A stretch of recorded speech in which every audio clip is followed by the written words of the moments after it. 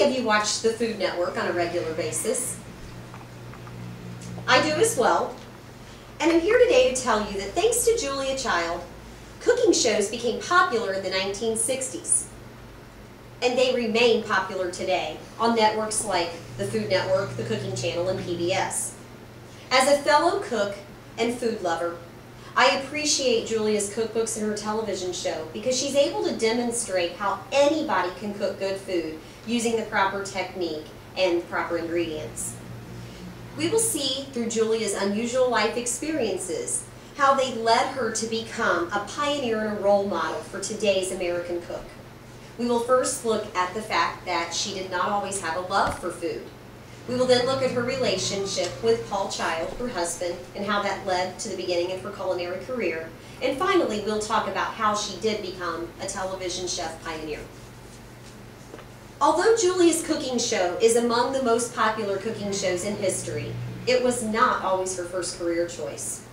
Julia Child did not always have a love for food or an interest in cooking. I learned a lot about her childhood and her young adult life in the Encyclopedia of World Biography that I did find in the Gale Biography in Context website. She was born in 1912 in Pasadena, California to wealthy parents. She attended private elementary schools and high school, and after graduation she attended Smith College, where she got a degree in history in 1934. After college, in a biography by Noel Fitch, who was a good friend of hers, she lived the country club life. She played tennis, she played golf, and she did luncheons. Julia was a great athlete. She was very popular among her friends. She continued to do jobs that had absolutely nothing to do with food, though. At first, she worked in New York City for W&J Sloan as a copywriter. She then wanted to start contributing to her country because we were in the middle of World War II. And she got a job at a government information agency as a typist. This then led to a job with the Office of Strategic Services, where she managed an office of 40 employees. That job actually gave her the opportunity to move to Sri Lanka. And there, in Sri Lanka, working for the Office of Strategic Services, she met her future husband, Paul Child, who would change her life.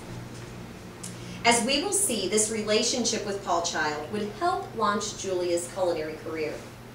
The marriage to Paul and her move to Paris is what ignited her love for food.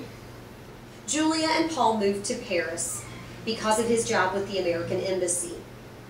And she had her first food experience there. It was a wonderful meal of sole meunier.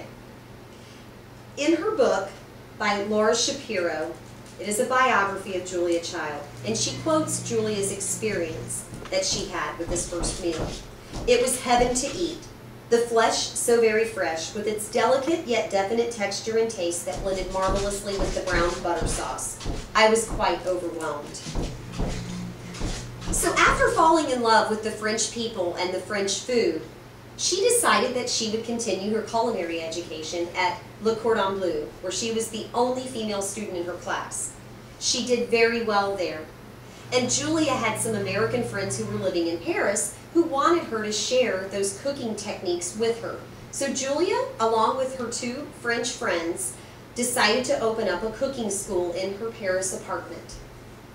The two French women that she taught the school with were also writing a book for American readers about French cooking.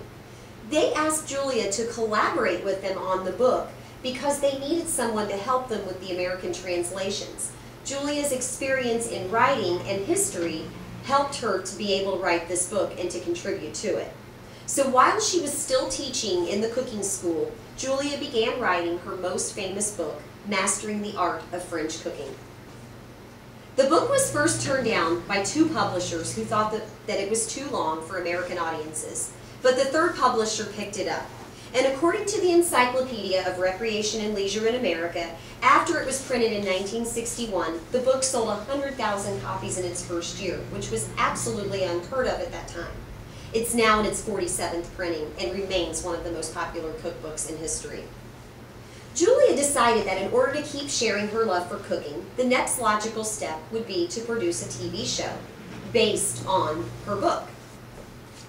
This is how she became a pioneer for celebrity chefs today. Following the success of the book, she taped her first few episodes of The French Chef. The first episodes were rough and they were filled with mistakes. But Julia's straightforward attitude and her likability made the show a success. It was an instant hit because of her ability to connect with the audience. In an article from Vanity Fair, Laura Jacobs talks about that even when Julia made mistakes, the audience still loved her. In fact, they probably loved her more because of it, because they could relate to her. I'm sure you all remember the Saturday Night Live skit with Dan Aykroyd playing Julia Child. Making the fish, she slices her finger, she's bleeding profusely, and as they're carrying her off the set of the television show, she yells, "Save the fish." This was Julia's attitude. But I believe that her most famous line was when she did not successfully flip her potato pancake. And she said, "But you can always pick it up. And if you're alone in the kitchen, who's going to see?" This was her philosophy. You can make mistakes, but your food will still be good.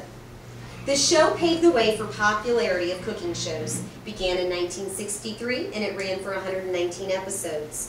It still airs today on the Cooking Channel. So we can see how her life experiences helped contribute to her success as a television chef. Though she wasn't always interested in food, she developed that love for French food through some unusual and unexpected events in her life. Her passion for sharing this with her viewers is what has sparked an interest in cooking shows. I asked you at the beginning if you watched Food Network. I don't believe that it's an overstatement to say that if you like the shows of Paula Deen, Emeril Lagasse, or Rachel Ray, you can thank Julia Child. There are now entire networks that are devoted to food, where we can learn and enjoy food, thanks to Julia Child. Thank you, and bon appetit.